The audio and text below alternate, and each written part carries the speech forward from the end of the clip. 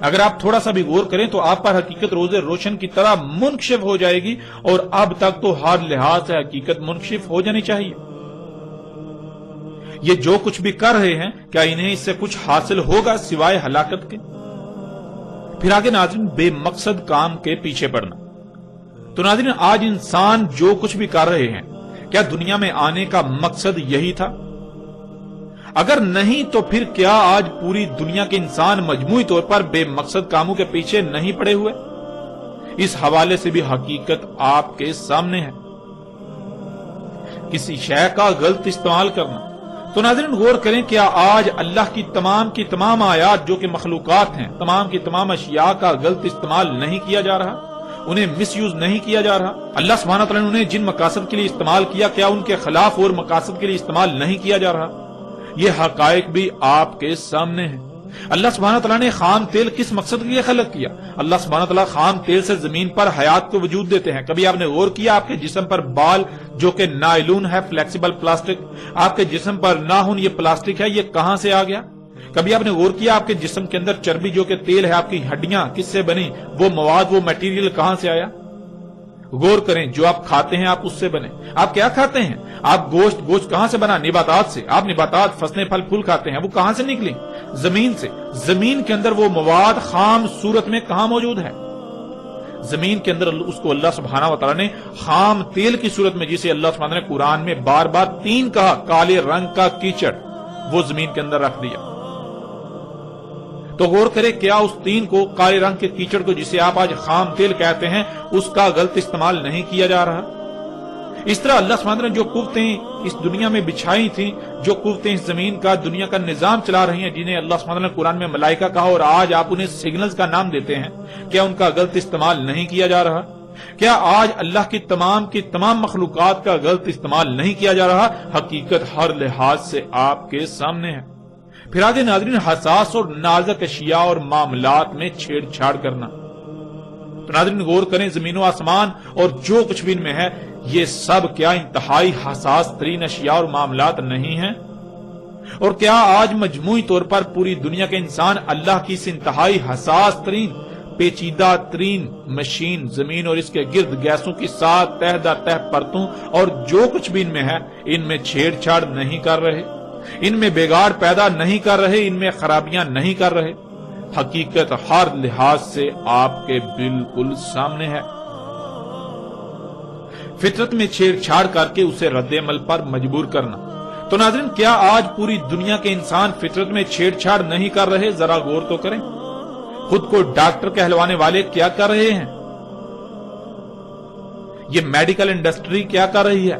فطرت میں چھیڑ چھاڑ، اللہ کی مخلوقات کی چیر پھاڑ، ان میں پنگے لے رہے ہیں، تحقیق کے نام پر فساد در فساد کر رہے ہیں۔ تو پھر کیا فطرت رد عمل ظاہر کرنے پر مجبور نہیں ہوگی؟ کیا فطرت رد عمل ظاہر نہیں کرے گی؟ حقیقت آپ کے سامنے ہے۔ کیوں نہیں، بلکہ آپ یہ سب آج اپنی آنکھوں سے دیکھ رہے ہیں۔ جس قدر میڈیکل کا شعبہ بڑھتا جا رہا ہے، اس قدر طرح طرح کی بیماریاں بھی بڑھتی چلی جا رہی ہیں۔ انجینئرز کو لے لیں، وہ کیا کر رہے ہیں؟ وہ فطرت میں چھیڑ چھاڑ کر کے فطرت کو رد عمل پر مجبور کر رہے ہیں۔ کیا وہ ایسا نہیں کر رہے؟ ذرا غور تو کریں، پہاڑوں کو کاٹ رہے ہیں، پہاڑوں کو، اللہ کی زمین پر خلق کردہ رواسیوں کو ان کے مقامات سے ہٹا رہے ہیں، ان میں لمبی لمبی سرنگیں کھود رہے ہیں، اور پھر اپنی رواسیاں زمین پر ڈیزائن اور خلق کر رہے ہیں۔ تو کیا اس سے زمین کا توازن برقرار رہے گا؟ اللہ سبحانہ وتعالیٰ نے تو قرآن میں بار بار یہ بات واضح کر دی کہ اس نے زمین پر جو رواسیاں، یعنی جو بلند جگہیں، جو چوٹیاں ہیں، ان سے زمین کا بیلنس کیا تاکہ زلزلے نہ آئیں۔ تو یہ انجینئرز کیا کر رہے ہیں؟ ذرا غور تو کریں، کیا یہ اللہ کے قائم کردہ توازن کو بگاڑ نہیں رہے؟ اور پھر یہ جو بلند و بانگ عمارتیں خلق کر رہے ہیں، یہ جو ان کی رواسیاں ہیں، کیا ان سے مزید زمین کا توازن نہیں بگڑ رہا؟ ناظرین ذرا غور تو کریں، تو کیا پھر زلزلے نہیں آئیں گے؟ کیوں نہیں؟ جب فطرت میں چھیڑ چھاڑ کر کے اس کو رد عمل پر مجبور کیا جائے گا تو فطرت رد عمل کا اظہار نہ کرے؟ ایسا کیسے ہو سکتا ہے؟ اور کیا یہ سب آج آپ اپنی آنکھوں سے پوری دنیا میں ہوتا ہوا نہیں دیکھ رہے؟ آج یہ سب اپنی آنکھوں سے آپ ہوتا ہوا دیکھ رہے ہیں۔ اس کے علاوہ ناظرین جتنے بھی شعبے ہیں، جو لوگ بھی ترقی کے نام پر جو اعمال کر رہے ہیں وہ کیا کر رہے ہیں، اگر آپ تھوڑا سا بھی غور کریں گے تو حقیقت ہر لحاظ سے کھل کر آپ کے سامنے ہے۔ پھر آگے ناظرین غیر سنجیدہ ہونا، تو ناظرین غور کریں کہ آج کسی میں سنجیدگی ہے؟ اگر کوئی سنجیدہ ہوتا ہے تو وہ چیختا ہے، چلاتا ہے کہ یہ سب نہ کرو۔ اگر کوئی سنجیدہ ہوتا تو جب وہ اپنے اعمال کا رد عمل دیکھتا تو فوراً باز آ جاتا اور دوسروں کو بھی متنبہ کرتا، لیکن کیا کہیں پر کوئی سنجیدگی نظر آتی ہے؟ نہیں، ہرگز نہیں، بالکل نہیں۔ پھر آگے ناظرین کھیل کود، فضول کاموں میں وقت کا ضیاع۔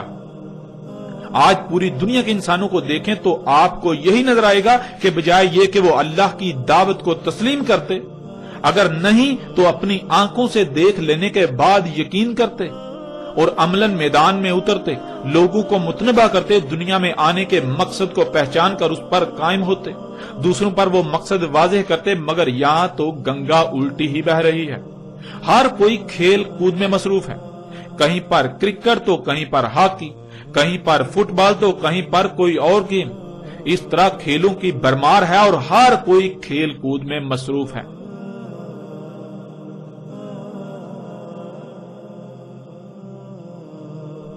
کسی کو رائے برابر بھی احساس نہیں کہ اس کے ان اعمال کا انجام کیا سامنے آنے والا ہے۔ ہر کوئی بے مقصد اور فضول کاموں میں انتہائی قیمتی وقت کو ضائع کرنے میں مصروف ہے۔ ناظرین حقیقت ہر لحاظ سے آپ کے سامنے ہے، اور پھر آگے اللہ سبحانہ تعالیٰ نے کیا کہا اسے بھی جان لے۔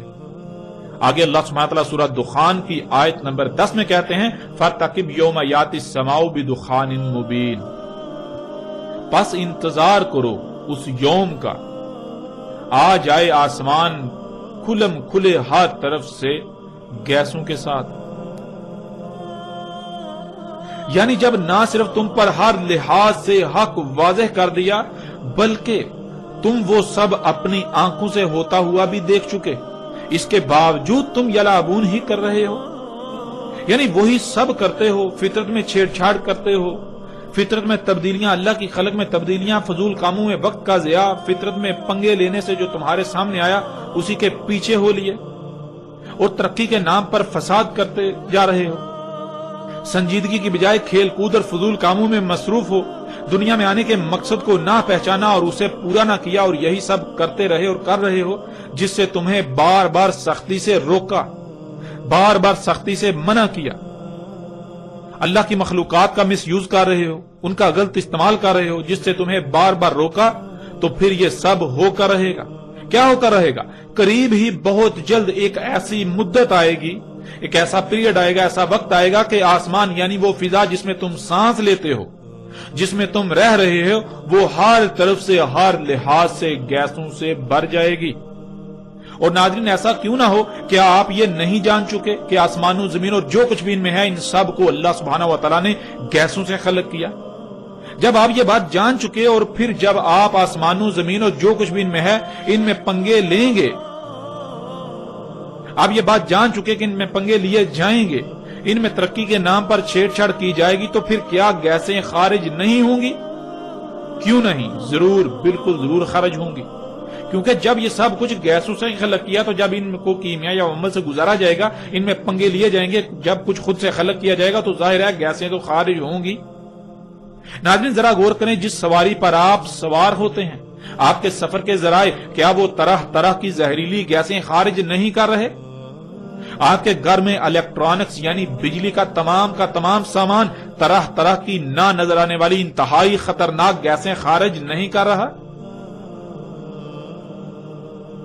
وہ آپ کا ٹی وی ہو یا کمپیوٹر، وہ آپ کی فریج ہو یا اے سی، یہاں تک کہ آپ کی جیب یا آپ کے ہاتھ میں موجود موبائل، ہر شے طرح طرح کی زہریلی گیسیں خارج کر رہی ہے۔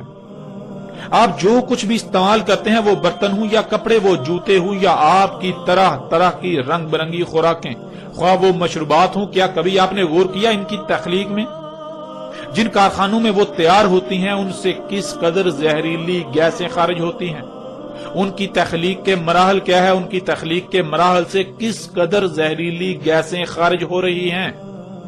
آپ جتنی بھی مشینیں استعمال کرتے ہیں ان کی چمنیوں میں غور کریں. جن گاڑیوں پر آپ سفر کرتے ہیں، جن ٹرینوں پر آپ سفر کرتے ہیں، جن جہازوں پر آپ سفر کرتے ہیں، وہ سب کی سب اشیاء کیا خارج کر رہی ہیں؟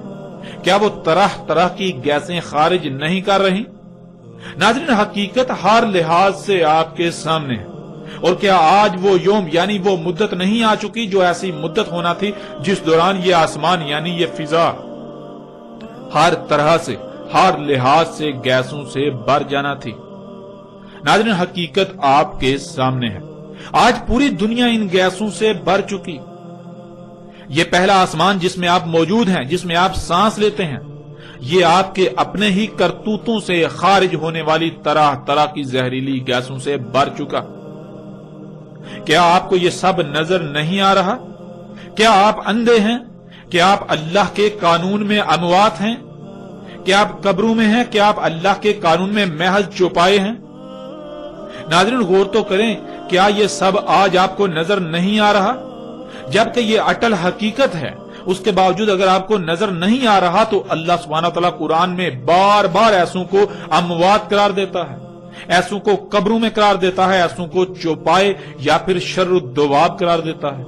یہ جو چلنے پھرنے والی رینگنے والی مخلوقات ہیں، ان میں سے جو سب سے شر ہیں وہ قرار دیتا ہے، یعنی جن کی وجہ سے زمین و آسمانوں میں سب کو نقصانات، تباہیاں لاحق ہوتی ہیں، جن سے فائدہ حاصل ہونے کی کوئی توقع ہو ہی نہیں سکتی. تو ناظرین، حقیقت کیا ہے؟ آپ غور کریں، آپ کو یہ بھی سمجھ آ جائے گی کہ آپ کا شمار اللہ کے قانون میں کن لوگوں میں ہے، کہاں پر ہے، آپ کہاں کھڑے ہیں. آپ اللہ کے قانون میں حیا ہیں یا پھر آپ اللہ کے قانون میں اموات ہیں، قبر میں ہیں. تو ناظرین، جان لے، یہ حقیقت آپ کی آنکھوں کے سامنے ہے، اس کو آپ جھٹلا نہیں سکتے. اگر آپ اسے تسلیم کرنے سے انکار کرتے ہیں تو نقصان آپ کا اپنا ہی ہوگا، کسی دوسرے کا نہیں. آج اگر آپ نہیں تسلیم کرتے اور اپنی سابقہ روش کو برقرار رکھتے ہیں تو جان لیں ان قریب آپ چیخ چیخ کر تسلیم کرنے کا اعلان کریں گے، لیکن تب کوئی نفع نہ دے گا. تب آپ کا ماننا فرعون کے ماننے کی مثل ہوگا. تو ناظرین، بڑھتے ہیں آگے اور دیکھتے ہیں کہ اللہ سبحانہ و تعالیٰ نے سورہ دخان کی اگلی آیت میں کیا کہا. آگے اللہ سبحانہ و تعالیٰ کہتے ہیں، سورہ دخان آیت نمبر 11، یغشی الناس ھذا عذاب علیم، جو انسانوں کو ڈھانپ لے گا یہ سزائے علیم ہے، عذاب علیم ہے. اللہ سبحانہ و تعالیٰ نے اس آیت میں یہ بات واضح کر دی کہ جب وہ مدت آئے گی کہ آسمان کھلم کھلا ہر لحاظ سے، ہر طرف سے گیسوں سے بھر جائے گا، یعنی یہ فضا جس میں آپ موجود ہیں یہ گیسوں سے بھر جائے گی، تو کیا ہوگا؟ یغشی الناس، انسانوں کو ڈھانپ لیں گی. یعنی جیسے رات کو اندھیرا چھا جاتا ہے کہ ہر شے کو ڈھانپ لیتا ہے، بالکل ایسے ہی یہ گیسیں انسانوں کو ڈھانپ لیں گی. یہاں یہ بات ذہن میں ہونا بہت ضروری ہے کہ اندھیرے کو انسانی آنکھ دیکھنے کی صلاحیت رکھتی ہے، لیکن انسانی آنکھ تمام کی تمام گیسوں کو دیکھنے کی صلاحیت نہیں رکھتی، ماسوائے صرف چند ایک. اس لیے اس وقت جب وہ مدت آئے گی، وہ پیریڈ آئے گا، تو اس وقت یہ گیسیں ایسے ہی موجود ہوں گی جیسے اندھیرا چھا جاتا ہے، لیکن عام انسانی آنکھ سے نظر نہیں آئیں گی، یعنی اس طرح نظر نہیں آئیں گی. عام انسانی آنکھ سے نظر آنے میں اس طرح نہیں ہوں گی.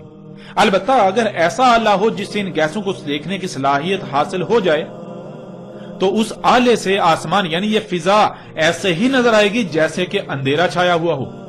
یعنی یہ گیسیں اس طرح چھائی ہوئی نظر آئیں گی جیسے اندھیرا چھا جاتا ہے.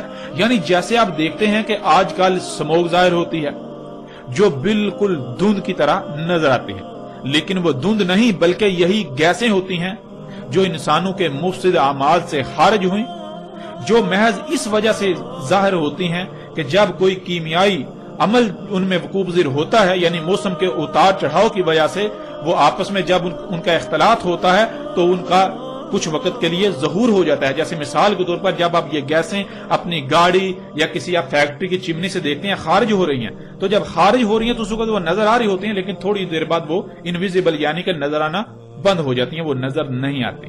بالکل اسی طرح یہ جسے آپ سموگ کہتے ہیں یہی گیسیں ہیں، اسی طرح اس فضا میں موجود ہیں لیکن نظر نہیں آ رہی. جب ان میں موسم کی وجہ سے کوئی کیمیائی ریاکشن ہوتا ہے، کوئی عمل ہوتا ہے تو اس عمل کے رد عمل میں یہ دوبارہ یہ ظاہر ہو جاتی ہیں. اور یہ کیوں ظاہر ہوتی ہیں؟ جسے آپ سموک کہتے ہیں آج کل، یہ اللہ کی آیات میں سے ہے. یہ انسانوں کو یہ دکھانے کے لیے ہے کہ عقل کے اندھو دیکھو، آج یہ فضا ان گیسوں سے بھر چکی. یہ صرف اور صرف آپ کو دکھانے کے لیے اللہ نے قانون میں ایسا کر دیا کہ وقتاً فوقتاً یہ اس طرح ظاہر ہوتی رہیں، تاکہ آپ پر یہ چیز بالکل واضح کر دی جائے کہ یہ اس طرح سے آپ کو لپیٹ میں لے چکی ہوئی ہیں، انہوں نے اس طرح سے آپ کو ڈانپ لیا ہوا.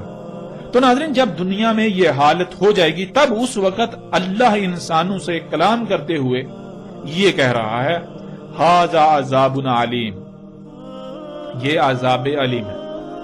ناظرین، یہاں یہ بات ذہن میں ہونا بہت ضروری ہے کہ اللہ انسانوں کو عربی کے محض ان 3 الفاظ میں ایسا نہیں کہہ رہا، بلکہ اللہ تو انسانوں سے کلام کرتا ہے، انسانوں سے گفتگو کرتا ہے جیسے اس کا قانون ہے.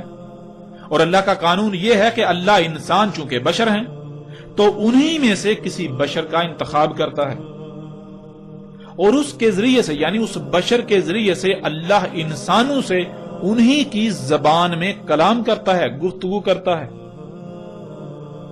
تو جب دنیا میں یہ وقت آ گیا کہ یہ فضا ہر طرف سے کھلم کھلا گیسوں سے بھر چکی، جو کہ انسانوں کے اپنے ہی مفسد اعمال کی وجہ سے ہوا، اور وہ گیسیں انسانوں کے لیے عذاب علیم یعنی ان کے اپنے ہی مفسد اعمال کی سزا بن جائیں گی، تو اس وقت اللہ اپنے کسی عبد بشر یعنی اپنے کسی غلام بشر کے ذریعے انسانوں سے کھول کھول کر یہ کہہ رہا ہے، انسانوں سے کلام کر رہا ہے کہ یہ تمہارے اپنے ہی برے اعمال کی سزا ہے تمہارے لیے.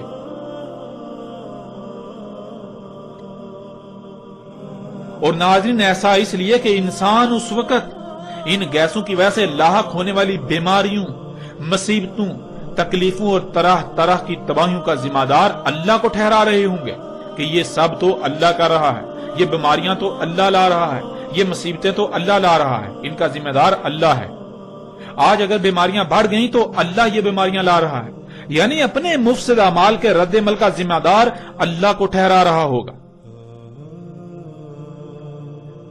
لیکن اس وقت اللہ اپنے ایک غلام کے ذریعے، ایک بشر غلام کے ذریعے انسانوں سے یہ کہہ رہا ہوگا کہ یہ سب اللہ نہیں کر رہا، اللہ ظالم نہیں ہے، اللہ ظلم نہیں کرتا، اللہ پر بہتان عظیم مت باندھو، یہ سب تمہارے اپنے مفسد اعمال کے نتائج ہیں، یہ سب کا سب اسی فساد کا اظہار ہے جو تم نے آج تک اپنے ہاتھوں سے کیا. اس لیے اللہ پر الزام تراشی مت کرو، اپنے کیے ہوئے فساد کے اظہار کی ذمہ داری اللہ پر مت تھوپو. اللہ سبحان ہے، اللہ اس سے پاک ہے کہ وہ کوئی ایسا کام کرے جس سے فساد ہو، جس سے تباہی آئے. اللہ فرط نہیں کرتا. اللہ نے جو کچھ بھی خلق کیا سب کچھ کامل پرفیکٹ خلق کیا، وہ عیب دار خلق نہیں کرتا، وہ نقائص و خامیوں والا خلق نہیں کرتا، وہ سبحان ہے. آج جو خرابیاں تمہیں زمین و آسمانوں میں نظر آ رہی ہیں ان سب کا ذمہ دار تم انسان ہو، ان سب کے ذمہ دار تم بذات خود انسان ہو.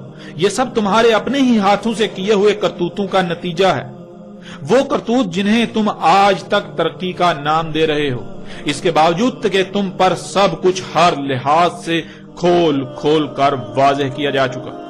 تو ناظرین غور کریں، کیا آج یہ دخان، یہ گیسیں عذاب علیم نہیں بن چکی؟ اور پھر غور کریں، آج یہ مذہبی طبقہ، جب ان سے پوچھا جائے تو کیا یہ مذہبی طبقہ یہی نہیں کہتا اور انسانوں کی اکثریت یہی نہیں کہہ رہی کہ یہ بیماریاں، یہ تکلیفیں، یہ مصیبتیں، یہ طوفان، یہ آندیاں، یہ تباہیاں اللہ لا رہا ہے، یہ سونامی اللہ لا رہا ہے، ان کا ذمہ دار اللہ ہے؟ کیا یہ سب ایسا نہیں کہہ رہے؟ ایک طرف ان کی ذمہ داری اللہ پر ڈالتے ہیں اور دوسری طرف قرآن میں کیا پڑھتے ہیں؟ اللہ سبحان ہے.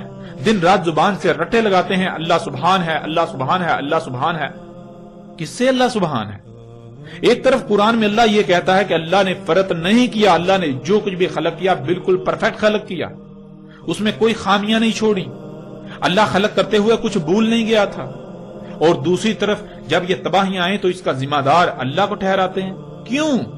اتنا بڑا بہتان اللہ سبحانہ وتعالی کی ذات پر انہیں کس نے یہ اختیار دیا؟ کیا کبھی انہوں نے غور و فکر کیا کہ یہ اللہ سبحانہ وتعالی کی ذات پر کس قدر بہتان عظیم باندھ رہے ہیں؟ اپنے اعمال اپنے کرتوتوں کا ذمہ دار اللہ کو ٹھہرا رہے ہیں؟ کیا کبھی انہوں نے غور و فکر کیا؟ اور ناظرین غور کریں کہ آج یہ گیسیں عذاب علیم نہیں بن چکے؟ ان گیسوں کی وجہ سے ہر سال لاکھوں کی تعداد میں اموات، اور شاید ہی کوئی ایک بھی انسان ایسا ہو جو ان گیسوں کی وجہ سے متاثر نہ ہو، بلکہ ہر کوئی ان گیسوں کی وجہ سے طرح طرح کی بیماریوں کا شکار ہوئے۔ ان گیسوں کی وجہ سے موسموں کا نظام درہم برہم ہو چکا، جن سے آندیاں، طوفان اور بے وقت بارشیں ہو رہی ہیں، اور پھر سیلاب آ رہے ہیں۔ ان سیلاب کی وجہ سے طرح طرح کی تباہیوں کا انسانوں کو سامنا ہے، وباؤں، بیماریوں کا سامنا ہے۔ ان گیسوں کی وجہ سے آسمان پھٹ کر اس میں سوراخ ہو چکا، جس کی وجہ سے سورج سے خارج ہونے والی خطرناک ترین لہریں زمین پر آ رہی ہیں، جن کو آسمان کی وہ تیر زمین پر آنے سے روکتی تھی، انہیں واپس دوبارہ خلا میں بھیج دیتی تھی، اور ان کی وجہ سے درجہ حرارت دن بدن بڑھتا چلا جا رہا ہے۔ موسموں کا نظام درہم برہم ہو چکا، گرمی کی شدت میں دن بدن اضافہ ہوتا چلا جا رہا ہے، اور پھر اس گرمی سے طرح طرح کی بیماریوں اور ہلاکتوں میں اضافہ ہوتا جا رہا ہے۔ ایسے ہی جیسے جیسے آپ غور کرتے جائیں تو نہ ختم ہونے والی ہلاکتوں اور تباہیوں کی فہرست بنتی چلی جائے گی، جو انسانوں کو صرف اور صرف انہی گیسوں کی وجہ سے ہر طرف سے آج گھیرے ہوئے ہیں۔ ناظرین، یہ ہے ان دخان یعنی ان گیسوں کا عذاب علیم، یعنی انسانوں کے مفسد اعمال کے بھیانک رد عمل، جو کہ ان مفسد اعمال کی سزا ہیں۔ تو ناظرین غور کریں، کیا آج یہ سب حقائق آپ کے سامنے نہیں ہیں؟ ذرا غور تو کریں۔